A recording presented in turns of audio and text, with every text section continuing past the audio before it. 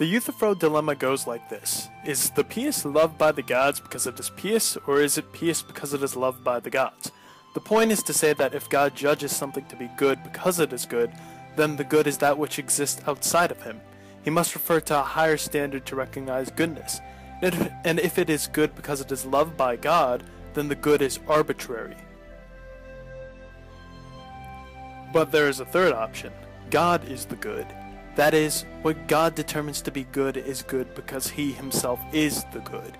The moral law is a manifestation of his own being. Goodness is intrinsic to God. His own being defines morality. God couldn't declare rape to be good because that would violate his own nature, which is logically incoherent for him to do. God can't be not God. Some have tried to refute this by saying God didn't choose to have the nature he did, and therefore his nature was determined by something outside of him, and so the good is actually that which comes from whatever determined God's nature. However, this is false. The whole point of a maximally great being, aka God, is that he exists necessarily, so God couldn't have been different in any possible world. But the reason he has the attributes that he does is grounded in the necessity of his being. But even if we take a look at the premises, something doesn't add up. Premise 1. God did not determine his own nature. Conclusion 1. God's nature was determined by something outside of him. Conclusion 1 does not follow necessarily from premise 1. Rather, God did not determine his own nature because nothing or no one determined his nature. He exists as he does by necessity. Let's think about math for a second.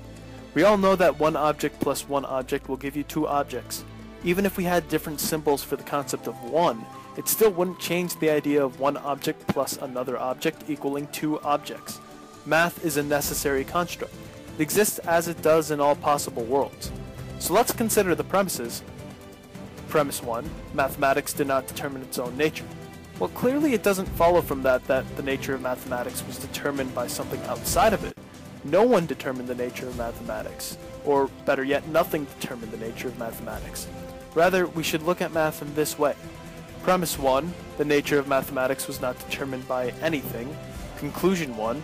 Math exists as necessary, i.e. exists as it does in all possible worlds.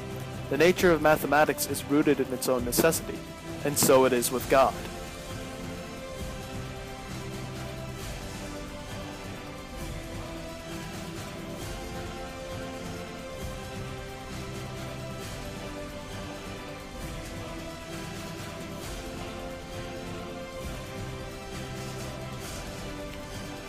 Now, a YouTube user named Venaloid says, "You only said that God needs to obey his logical nature.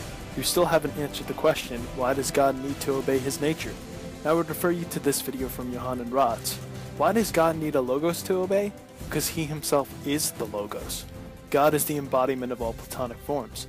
Now if you're asking, why can't the logos be not the logos, I really can't help you at that point. So, is it a defeater of omnipotence to say God can't violate his own nature? No, because that's logically incoherent. In the same way a square can't properly be called a square without its necessary attributes, God wouldn't be God, aka a maximally great being, without his attributes. And it's logically incoherent for God to be not God. So, to some, the Euthyphro Dilemma is refuted in the fact that the good is God. It flows from God's own nature and is an expression of his own being. The view that I defended in my opening speech is the view that traditional atheists have taken, namely, that God wills something because he is good. That is to say, what Plato called the good just is the moral nature of God himself. God is by nature loving, kind, impartial, fair, just, and so on.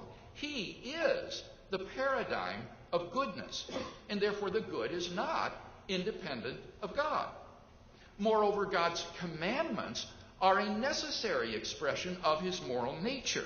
His commands to us are therefore not arbitrary, but are necessary reflections of his character. And therefore it makes no sense to ask, if God were to command us to eat our children, would it be right to eat our children?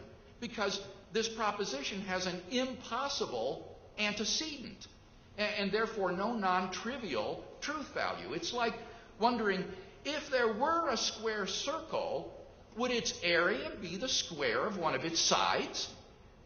The question just has no meaningful answer because it's logically incoherent. Now, Dr. Antony has some intimation of this third alternative, for she recognizes that theists will say that God's nature is essentially good. Well, it's not exactly the point. Rather, the point is that God's nature determines what is good.